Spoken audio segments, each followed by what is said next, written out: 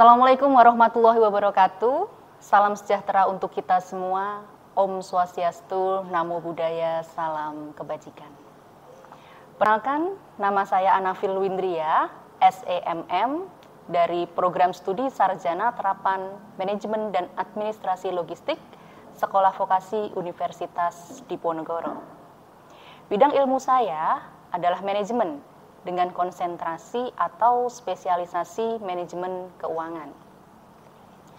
Saya mengampu sejumlah mata kuliah, beberapa di antaranya yaitu manajemen keuangan, penganggaran logistik, bank dan lembaga keuangan lainnya, asuransi pengangkutan barang, strategi logistik, statistik bisnis, dan perencanaan sumber daya perusahaan. Pada kesempatan ini, saya akan menjelaskan salah satu mata kuliah yang saya ampu, yaitu manajemen keuangan dengan teknik DIA, Delivery, Interaction, and Assessment. Mata kuliah manajemen keuangan merupakan mata kuliah wajib program studi yang diajarkan di semester 2 atau semester genap dan memiliki bobot 3 SKS. Manajemen keuangan bertujuan untuk memberikan pengetahuan kepada mahasiswa mengenai praktik pengelolaan keuangan perusahaan untuk mencapai tujuan utama manajemen keuangan, yaitu memaksimalkan nilai perusahaan, termasuk di dalamnya adalah perusahaan logistik. Dengan mengikuti mata kuliah ini, diharapkan mahasiswa akan mampu untuk menyusun laporan keuangan, menganalisis rasio keuangan, menghitung nilai waktu dari uang, menghitung modal kerja, manajemen kas dan sekuritas, piutang, persediaan, leverage, biaya modal, estimasi arus kas, penilaian investasi jangka panjang, dan kebijakan dividen. Dengan mengikuti mata kuliah ini, mahasiswa diharapkan mampu memahami fungsi dan tujuan dari manajemen keuangan di sebuah perusahaan, mampu memahami, menghitung, dan menyusun laporan keuangan, memahami dan menghitung aktiva sebuah perusahaan, menghitung dan menganalisis leverage, kemudian mengidentifikasi dan menganalisis penilaian investasi jangka panjang, dan yang terakhir adalah mahasiswa mampu menganalisis kebijakan dividen sebuah perusahaan.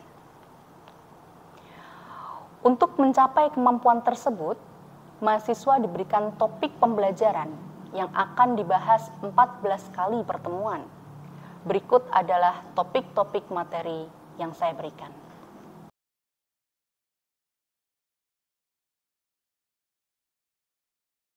Dalam penyampaian materi perkuliahan, saya menggunakan beberapa buku referensi dari sejumlah penulis buku, seperti buku Fundamental of Financial Management dari Van Horn, kemudian Fundamental of Corporate Finance, kemudian Fundamental of Financial Management dari Brigham, kemudian Essential of Managerial Finance, penulis Brigham.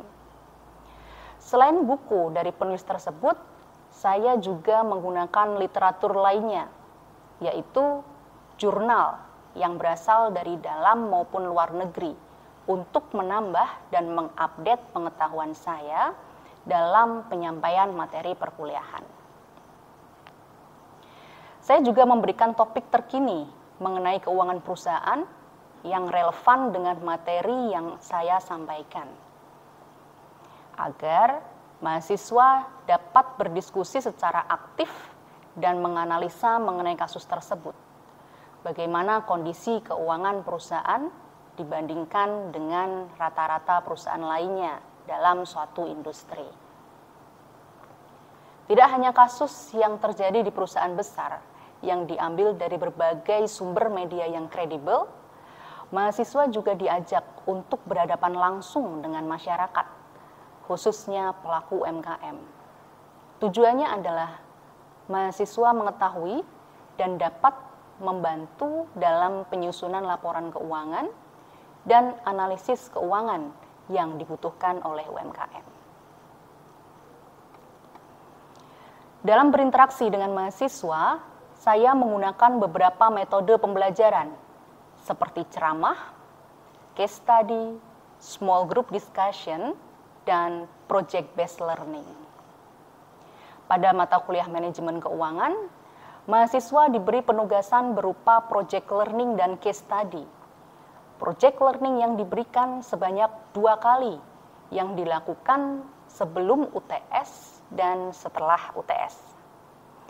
Tugas project learning yang pertama adalah pendampingan pada UMKM untuk menyusun laporan keuangan pada UMKM tersebut.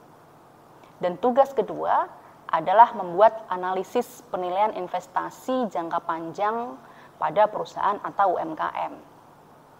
Proyek ini menjadi wadah bagi mahasiswa untuk menerapkan materi yang telah dipelajari selama perkuliahan di kelas. Output dari proyek ini berupa laporan keuangan untuk UMKM. Kemudian yang kedua adalah modul penilaian investasi jangka panjang yang dikhususkan untuk UMKM. Sedangkan tugas case study yang diberikan adalah menganalisis rasio keuangan dari berbagai perusahaan go public, termasuk yang bergerak di bidang logistik. Kemudian, mahasiswa menyimpulkan bagaimana kesehatan rasio keuangan dari perusahaan tersebut. Setelah itu, mahasiswa akan mempresentasikan hasil dari tugas yang telah mereka buat.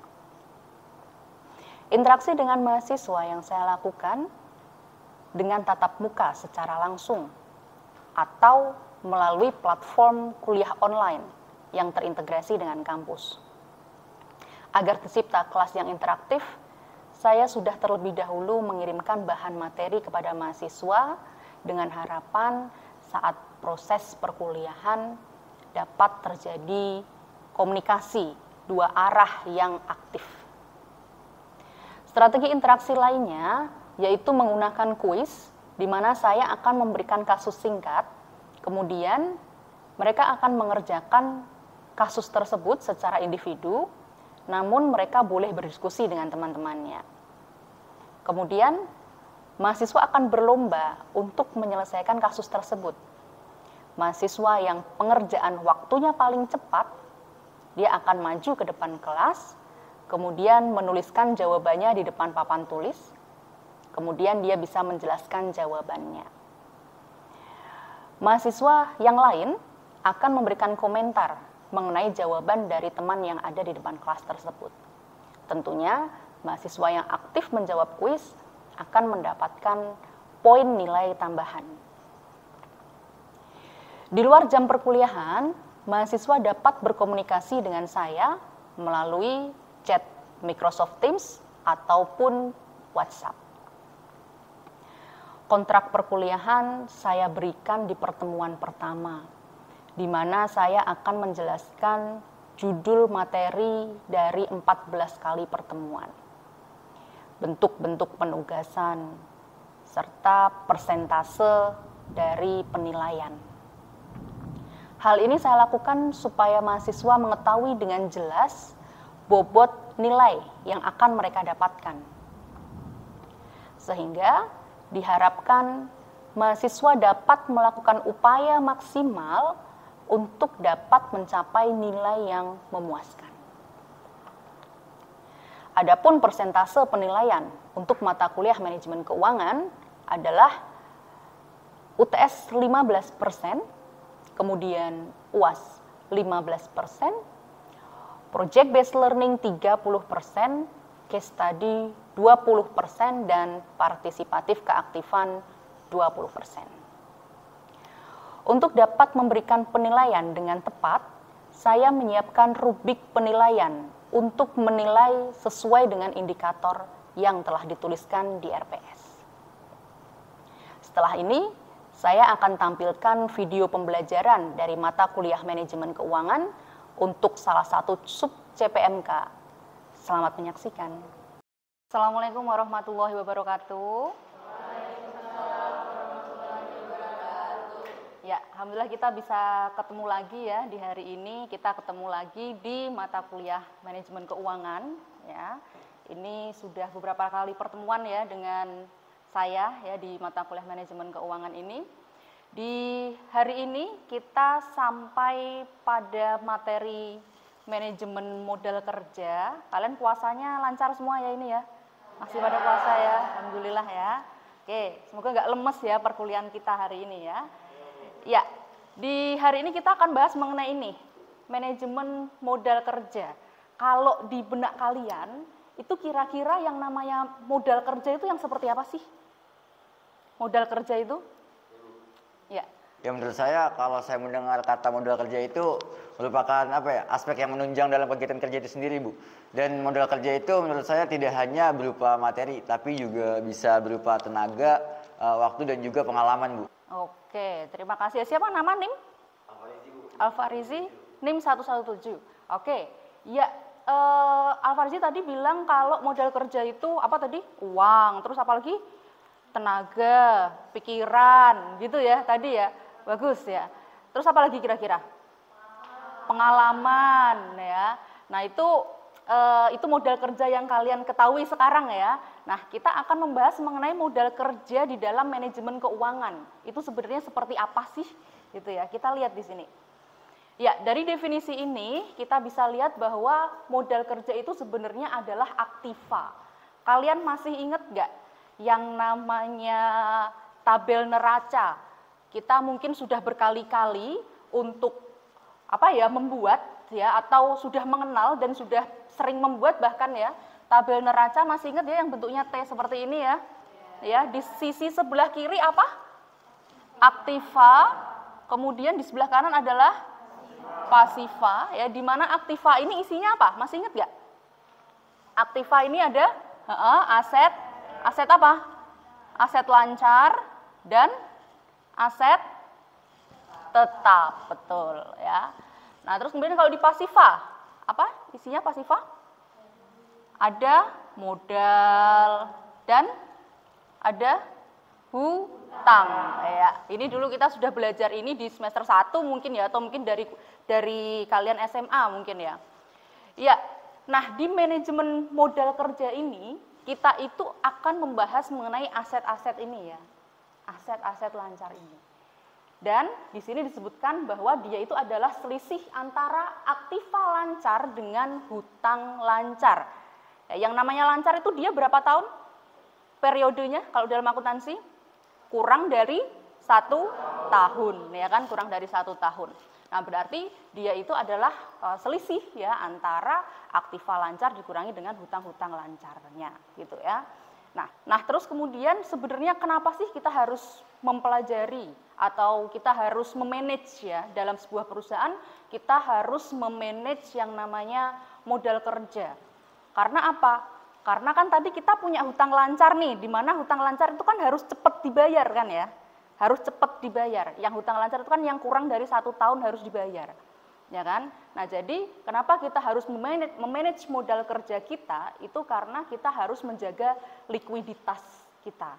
Ya, ada yang masih ingat likuiditas itu apa? Bisa angkat tangan? Ya? Saya Nama Bu, NIM? Perkenalkan nama saya Rizky Marifa dengan NIM 097. Jadi likuiditas itu yaitu kemampuan perusahaan dalam membayar hutang jangka pendeknya.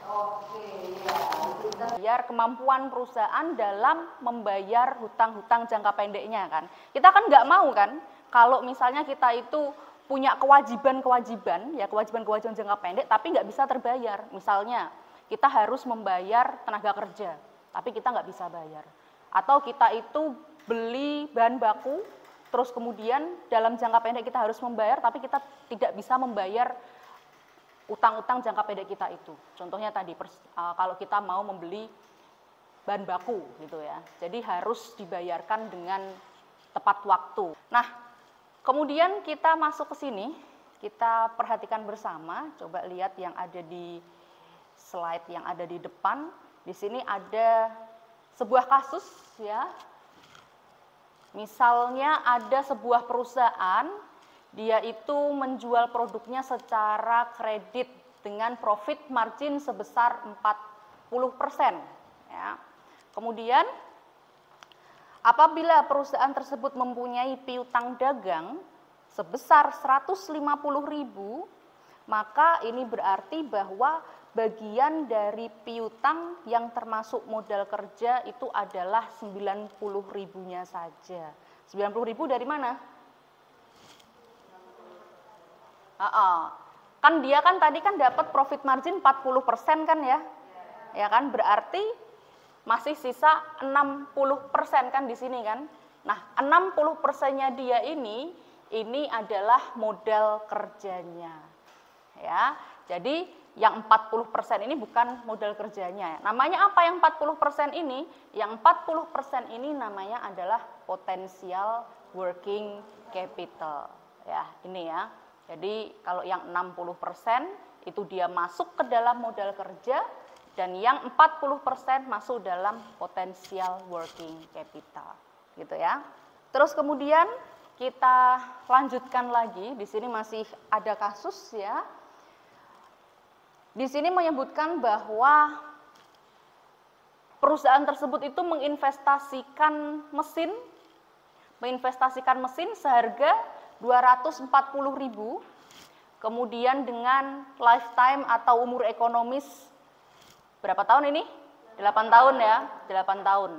Kemudian pengeluaran sebesar itu mengandung dua tujuan, yaitu sebagiannya yang 30.000 itu ya, itu berfungsi untuk menghasilkan current income bagi tahun yang bersangkutan. Sedangkan sisanya itu untuk future income. Berarti yang untuk current income berapa tadi? Berapa rupiah? Yang untuk current income berapa rupiah ini? 30.000 rupiah. Kenapa bisa 30.000? 240 dibagi 8 ya. Oke, 240 dibagi 8 karena kan hasilnya 30.000 kan ya, itu berarti kan ya. Nah, 30.000 ini adalah current income kita. Sedangkan sisanya berapa rupiah? 210 ya. 210.000 rupiah itu adalah future income.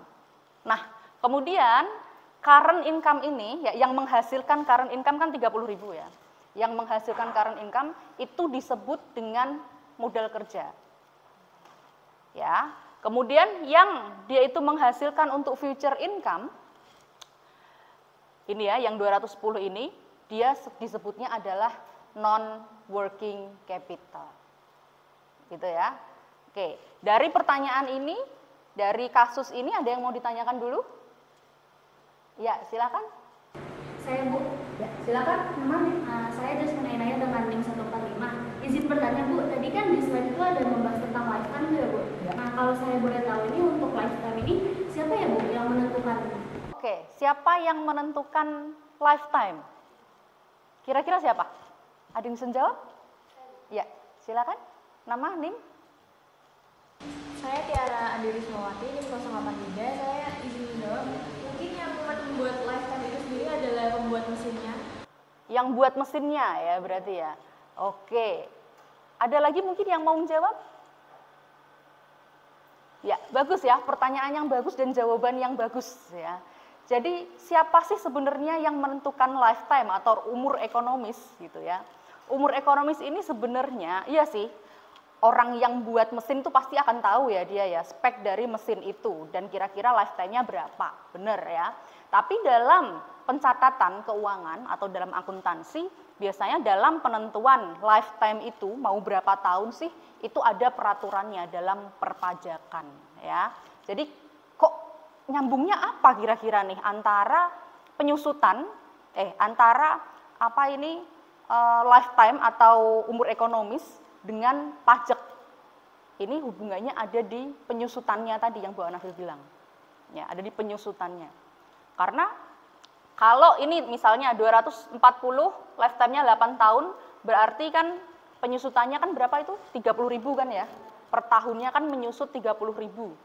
Nah, misalnya kalau semakin pendek lifetime-nya, itu berarti penyusutannya semakin banyak atau semakin sedikit? Semakin pendek lifetime-nya, misalnya lifetime-nya saya ganti menjadi 4 tahun, berarti penyusutannya itu semakin banyak atau semakin sedikit per tahunnya? Berarti kan dibagi 4 kan? Berapa? 240 bagi 4 berapa? 60, berarti makin banyak dong ya, berarti kan makin banyak ya. Nah, ketika penyusutan itu tadi makin banyak, ya, itu kan akan mengurangi labanya kan. Laba itu akan dikurangi dengan penyusutan nantinya. Ya. Laba itu nanti akan dikurangi dengan penyusutan. Ya. Berarti kalau tadi semakin meningkatkan penyusutannya kan, berarti labanya semakin dikit atau semakin banyak? Semakin dikit. Laba ini akan semakin sedikit. Kemudian kalau labanya sedikit, pajak yang dikenakan sedikit atau banyak? Kalau labanya menurun, labanya semakin sedikit, pajak yang dikenakan semakin banyak atau semakin sedikit? Semakin sedikit juga gitu ya. Nah, ini ada apa ya ini ya seninya lah ya untuk mengatur. Nah, nanti akan berimbas pada pajak juga. Makanya kenapa yang mengatur lifetime itu ada di aturan perpajakan gitu ya. Jadi ada sangkut pautnya ya dengan lifetime ini untuk penentuan lifetime ini. Bisa dipahami ya Jasmine ya? Oke. Ya, untuk pertanyaan ini clear ya? Bisa cukup dipahami ya? Jadi tadi ada yang namanya potensial working capital, ya kan? Terus kemudian ada working capital dan ada non-working capital. Oke. Nah, kemudian coba ini ada case study ya. Jadi kalian bisa mengerjakan, bisa berdiskusi dengan teman-temannya. Ini saya ambilkan cuplikan ya dari laporan keuangan sebuah perusahaan ya. Contoh misalnya di situ saya dapatkan ada aktiva lancar dan aktiva tetap, di mana aktiva lancar itu ada kas, efek itu apa?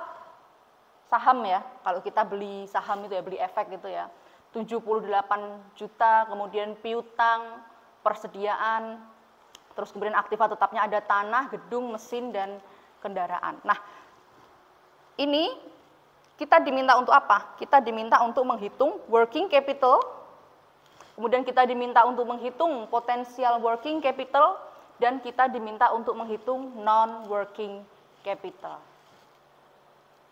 Ya, dari pertanyaan ini, ada yang mau ditanyakan dulu? Ya, silakan nama, Nim. Ya, nama saya Fatimah Nisa, NIM 175. Saya ingin bertanya Bu, dari tabel di atas itu kan ada aktiva tetapnya tanah. Nah, tanah itu apakah mengalami penyusutan? Bagus ya, pertanyaan yang bagus ya. Aktiva tetap, ada tanah, gedung, mesin, kendaraan. Tadi kan contohnya kita mesin ya. Nah, itu ada tanah Bu. Kira-kira gimana? Ada yang bisa membantu menjawab? Ya, silakan. Menurut saya tanah itu tidak akan mengalami penyusutan karena tanah itu tiap tahunnya harganya akan terus naik atau bertambah. Oke. Tanah itu tidak ada penyusutan ya, kata Rizkia tadi ya. Karena apa tadi? Karena dia akan naik terus ya. Harga tanah itu kan naik terus ya, wah, apalagi di Semarang ini ya, naiknya itu wah banget ya, apalagi di Jakarta ya. Jadi setiap kota akan memiliki ini sendiri-sendiri ya, harga tanah yang lumayan mahal ya kalau di Semarang juga ya. Bagus ya, tidak berubah. Bisa jadi tidak berubah ya, tidak ada penyusutan artinya ya, tidak ada penyusutan. Oke, ada yang punya jawaban lain mungkin? Saya Bu, Ya, silakan. perkenalkan saya Nama, Nim? Dia Zulfa dengan NIM 148. Menurut saya ada beberapa tanah yang memang mengalami penyusutan, seperti tanah yang terkena aliran air terjun atau air sungai, terus tanah yang terkena abrasi pantai, dan juga ada tanah yang terkena mungkin kikisan longsor gitu.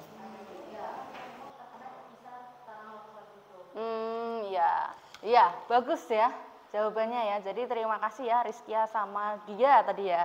Ya, sudah memaparkan bahwa tanah itu tidak akan ada penyusutan tadi ya, jawaban pertama gitu ya, tidak akan ada penyusutan karena harga tanah itu kan memang semakin naik Bu, jadi nggak mungkin lah, malah justru harganya akan meningkat gitu kan ya. Nah terus kemudian Ada jawaban lagi nih, menarik ya, ada jawaban lagi bahwa bisa jadi ada penyusutan. Iya, kalau tanahnya itu ternyata adalah tanah yang terkena abrasi. Dia bisa terkikis oleh air, terus kemudian kena air laut sehingga dia ambles, terus kemudian dia di tebing yang bisa longsor. Nah, itu akan mengurangi, ya, betul sekali ya. Jadi tanah itu memang pada umumnya tidak ada penyusutan dia, pada umumnya tidak ada penyusutan, kecuali tanah-tanah yang sifatnya seperti itu tadi, gitu ya. Jadi itu akan mengalami penyusutan, gitu ya. Oke, untuk soal di sini atau untuk case yang ada di sini, ini kita asumsikan tanahnya tidak ada penyusutan ya. Jadi bisa silahkan dikerjakan untuk soal atau case tadi yang ada di sini, bisa mengerjakan sendiri-sendiri dan diskusi dengan teman-temannya. Ya, saya kasih waktu 10 menit ya, atau ya sekitar 10 menit ya. Nanti kalau yang sudah lebih cepat untuk menjawab, silahkan bisa maju ke depan ya nanti ya, untuk menjelaskan jawabannya kepada teman-temannya. Atau kita bagi ya, mungkin ada yang mau mengerjakan di working capital-nya. Working capital, nanti siapa yang mau mengerjakan potensial working capital dan siapa yang mau mengerjakan non working capital gitu ya. Nanti kalau sudah selesai langsung angkat tangan saja, langsung mengerjakan di papan tulis gitu ya. Ada yang berani? Ya. Saya Bu, nama Nadila, NIM 19. Oke, silakan maju ke depan. Nadila ya.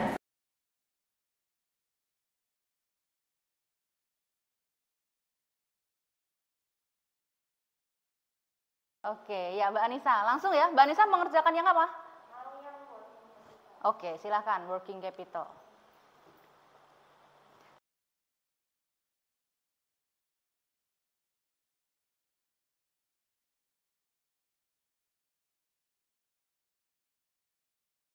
Semua sama seperti ini? Ya, sama. Ada yang nggak sama? Semua sama ya? Oke. Ya, kas 18 juta, kemudian ada persediaan piutang dagang, kenapa diambil 60% saja? Yang 35% itu masuk ke potensial, betul ya. Jadi masuk ke potensial ya. Terus kemudian di sini ada penyusutan dari masing-masing aktiva tetap kecuali tanah ya tadi ya. Dimana penyusutannya kan 10% untuk gedung, mesin dan kendaraan. Hasilnya betul ya, 200 berapa ini? 56.600.000 ya? Oke. Kita cek untuk yang potensial di sini. Efek, ya betul, masuk ke dalam potensial. Kemudian piutang dagang tadi ada 35% ya. Kemudian ditotalkan hasilnya adalah 96.900.000, betul? Betul. Itu ya untuk materi kita hari ini. Jadi kita sudah bisa bagaimana caranya menghitung dari modal kerja itu sendiri. Ya, sehingga kita akan bisa mengetahui modal kerja dari sebuah perusahaan. Ya, nanti setelah ini kalian bisa cek di akun kulon kalian masing-masing untuk mendapatkan di situ ada case tadi dari saya. Ya, jadi di situ ada sebuah kasus. Silahkan diskusikan dengan teman-temannya.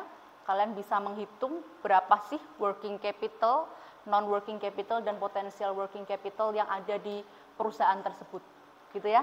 Nanti saya akan cek ya untuk tugas kalian. Nanti saya kasih waktu sekitar 20 menit ya. Nanti saya akan cek lagi untuk hasil dari diskusi kalian. Kemudian nanti kalian bisa paparkan hasil dari diskusi kalian.